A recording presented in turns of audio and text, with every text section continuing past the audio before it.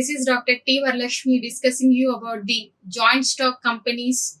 And again in that one, what is the public enterprises, private enterprises, non-profit organizations, Hindu undivided families. So these are all the kinds that I'm going to be discussing as a part of this business economics and financial analysis. Joint stock company. Previously, in the previous videos, we had the discussion about the unlimited liability companies like solo proprietorship and partnership companies. So they are the responsibility if the funds which are arranging by the people are unlimited, because if any business is going to be starting by the single person, if he has invested 10 lakhs of that one, even if the business, if he get that loss, his personal assets has to attach to repay to the debtors. The same with, if instead of one person, a group of people has taken that one, that will be called as the partnership companies. Instead of one person, if a family has done the business and in the name of that family that business is going to be running, then it was called as the Hindu undivided family businesses. So the responsibility in that organizations was unlimited. But if the people who are coming together and jointly investing to start any business activity, whereas their responsibility is going to be limited, then such organizations will be called as joint stock companies. For example, if to start any business, assume that the funds required to that business is 100 crores, and each unit of this requirement is decided into 100 rupees, means then the number of units will be become 1 crore, which means the number of the people, so 1 crore members, each person's invest 100 rupees, then they can accumulate 100 crores. It is not required that one person has to purchase 1 unit or only. If one person may purchase 100 units or also, but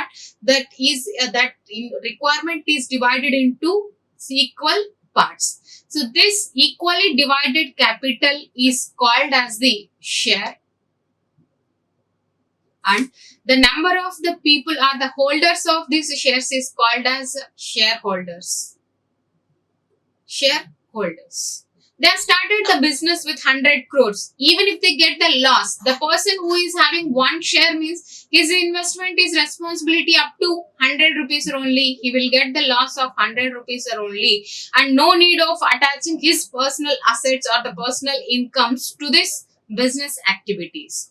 That is the difference between the limited liability companies and the unlimited liability companies. Here, the joint stock company is a limited liability company where collectively taking the funds or the accumulating the funds from the shareholders to start any business activity, as well as based on the returns they are gained, they are returning to the shareholders. That is the joint stock company. The features of this joint stock company is it's a separate legal entity, not like a joint stock company, not like a solo proprietorship or the partnership company. The joint stock company, they can't just start. There are certain legal requirements are all required. As per the Companies Act 1956, every organization which is going to be start as a joint stock company, first of all, it has to get its certificate of incorporation. It will be called as COI. Like how the humans has the birth certificate, the COI, certificate of incorporation, is the birth certificate to every business organization. After getting that certificate of incorporation from the companies or the industrial areas, then they have to approach this SEBI, Securities and Exchange Board of India. With that, the SEBI will appoint a lead manager to verify the credentials of the business. They will verify the articles of association, memorandum of associations, and the legal documents of that business establishment. Everything they will verify. Then only they will give the permissions to accumulate the funds from the investors. Here, I'm using the word of the investors, means the investors may be the public investors or the private investors, whoever it is. But the organization which is acquiring the funds from the public or the private members must and should get the legal approval from the SEBI, that is Securities and Exchange Board of India. So that approved, in that approved organizations only the people has to invest. And these joint stock companies are all running with the assumption of perpetuality, because they are going to be starting with a huge investments, and the business business is going to be running for the long run. And here always the owners will be treated as a separate person when compared to the business. And in the business the owners will come and go, but the organization's name, its seal, its activities, its vision, mission, strategies, everything will be same. Even if the owner dies, based on the shareholders credentiality, the people will be joined to the organization. So that's why CFO, CEO, Chief Executive Officer, Chief Financial Officers, and the chairman of that organization, board of directors, these are all are they're going to be protecting the organizational functionality and objectivity of that business entity. And always they'll think that there is a long run perspectivity, they're going to be running that business activity. Here the number of the members are all minimum 100, more than based on their investment capacity they can make the they can involve the people. And here the members responsibility towards the investment is always limited. They need not to attach their personal investments or the personal assets for the losses which occurred for their investments. That is the limited liability. And transferable share, they can share the transferability, because a person has purchased a share, he on his willingness he can't sell back to the company. If such facility is there, if any rumor has created regarding the losses of the organization, all the shareholders will sell to the business, and there is no scope for the starting of that business. So if once a person has invested and he has taken the shares of this business, unless and until the company announces the buyback of the shares, he cannot sell back to the company. But he has the facility of transferring to the third party. If for the losses of the profits, he can sell off to the another person, or in the secondary market. And two, these joint stock companies are all incorporated organizations, which means legally protected organizations in terms of their establishment. That is the joint stock companies features. In India, as per the Companies Act, there are three types of joint stock companies are all there. One is chartered company, which has a firm which is incorporated by a king or head of the state, is called as a chartered company. For example, East Indian Company has established when the British rule was there. At that time, there was a kingdoms, or that kingdom rules were there. They have started this East Indian Company. But except that one, nowadays, there is no such chartered company's existence in India. Then, if the special case of the parliamentary or the assembly has passed to start any business organization, that is called as statutory company. So statutory company means the government which is established under this special power, rights towards the responsibility of the public, then that organizations will be called as the statutory companies. For example, ONGC, or Oil and Natural Gas Corporations. So these companies are established for the welfare of the public and to add more economy benefits to the organization, to the country. They have added these organizations, that organizations will be called as statutory companies. Apart from that one, the organizations which has established as per the registrations and the Companies Act 1956 through the registration offices, if they have established, that companies will be called as the registered companies, like Google, Coca-Cola, YouTube, Facebook, Orkut, any other organizations which are established through the registered company, they will be called as registered companies. If we see the examples of this joint stock company, Indian Oil Corporation and State Bank of India will comes under the statutory organizations, whereas the Tata Motors and the Reliance Industries will comes under the registered companies. These joint stock companies are all again categorized into public enterprises, private enterprises, and foreign enterprises. So here, if the most of the or the maximum portion of these investments or the shareholding are vexed with the government, that is the state government or the central government or the combination of the state and central governments, then that will be called as the public enterprises. The Indians or that too the private members are involved in the maximum shareholdings of the joint stock company, they will be called as the private enterprises. And foreigners in India, but the location of that company is in India, or the Indians who has earned in the foreign countries and going to be investing in India, and maximum shareholding is by that income of the foreign or the foreigners, then that organizations will be called as foreign companies. So here, if we see these public enterprises, any commercial or industrial undertakings by the government owns or management by the government for the social welfare or to protect the public interest, that organizations will be called as public enterprises. And to start such public enterprises, the Ministry of Heavy Industries and Public Enterprises will take care of these heavy industries, and MSME will take care of the starting of this micro, small and medium enterprises. And most of the public enterprises are all belongs to heavy industries only.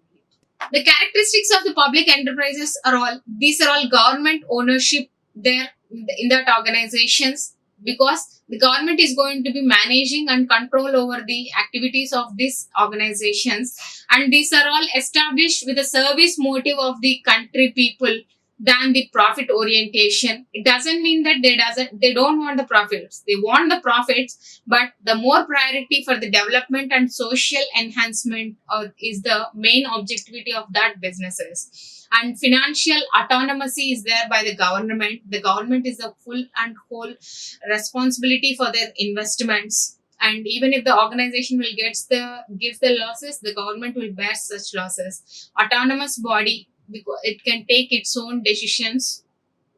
Like DRDO has established the medicine for the 2D medicine for this corona disease. The decisions are taken by the DRDO officials and the government only. They need not to take the other approvals from the any other authorities. And it is a separate legal entity. And public accountability is there. The public has the right to see how much investments are all there, what is the profit levels and everything.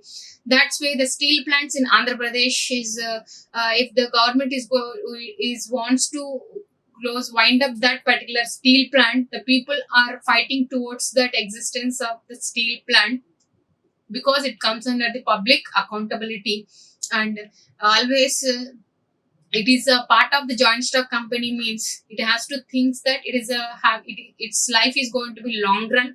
So that's why it is called as perpetual succession of the business activities. Some of the business public enterprises like Indian Oil, Bharat Petroleum, HP, NHPC, National Highway Authorities, as well as NTPC, Thermal Power Corporations, ONGC, GAIL, BHEL, BARC, BSNL, Vizag Steel Plant, SAIL, HAL, DMRC. So these are all some of the examples for the public enterprises in India. And that too, they are all successful public enterprises in India. So generally, this public enterprises which is established by the government is categorized into three elements: departmental undertakings, statutory corporations, and the government companies. Departmental undertakings means already they were a part of the business or part of the another business activity that department has undertaken by the government. For example, postal departments, telegraph departments, railways department, All India Radio department, Doordarshan department, ordinance factors. So these are all the part of the departmental undertakings taken by the government.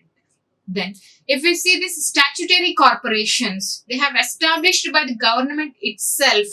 They were not undertaken. they have established newly these corporations like Food Corporation of India for the maintaining of standards in this food and food related products. Industrial Finance Corporation of India to take care of the heavy industries. Life Insurance Corporation of India, LIC. Unit Trust of India, state trading corporations. These are all comes under the statutory corporations. And the organizations which are established and still under the control of the government will be called as government companies. For example, Hindustan Machine Tools Limited, SAIL, Steel Authority of India Limited, HCL, Hindustan Corporation Limited, or Hindustan Shipyard Limited. These are all will be some of the examples for government companies, BHEL, BDL. These are all will also comes under these government companies. The government has established and running them. That is the categories of the public enterprises. Apart from these public enterprises, the enterprises which are established by the private members, that too Indians, if they have started that business activities, they will be called as a private enterprise, private enterprises. So it is an entity that operates under the ownership and management of individuals that freely decided to develop a given business idea.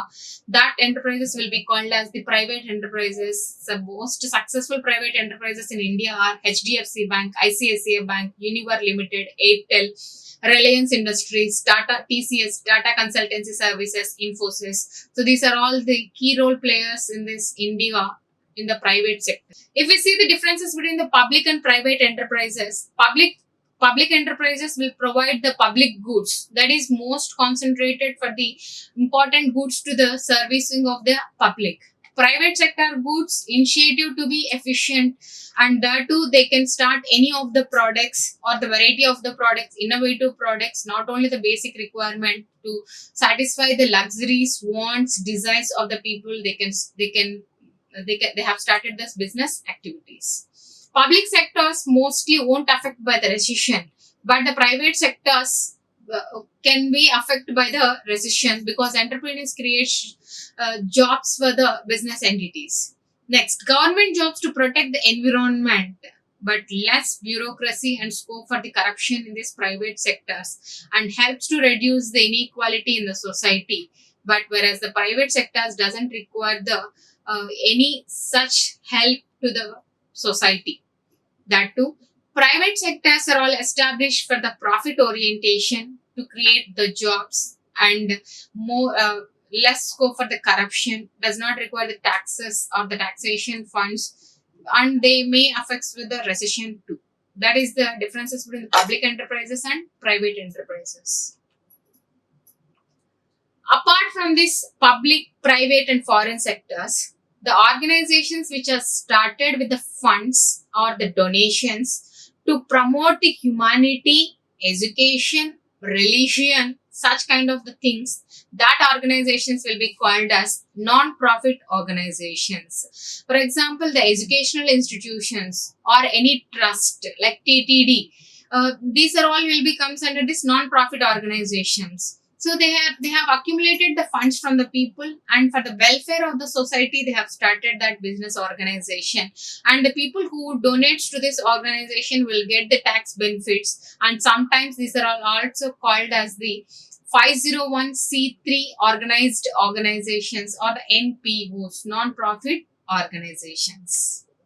If the group of the people has started a business but not under the joint stock company, to develop their particular group or the locality or their base of the products, that organizations will be called as the cooperative societies. For example, Amul is a cooperative society of milk vendors, and APCO cooperative societies. So these are all for the development of that milk producers or the cotton producers or the women cooperative societies are all there, farmer cooperative societies are all there. A particular community and a group of mindset people have started the business, and they're going to be running that business organizations that will be called as the cooperative societies. So here the voluntarily the peoples will come, and if they wants to continue with that organization, they can continue, or if they wants to exit from that organization, they can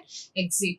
And leadership that comes from the membership, they will choose the persons as a chairman, and the other legal entities for that business, they have the voting rights, and they are all the general public and the general people who are working together and combinedly works with the organization. So that is about the cooperative societies. Thank you. Like, share and subscribe. Hit the bell icon for more updates.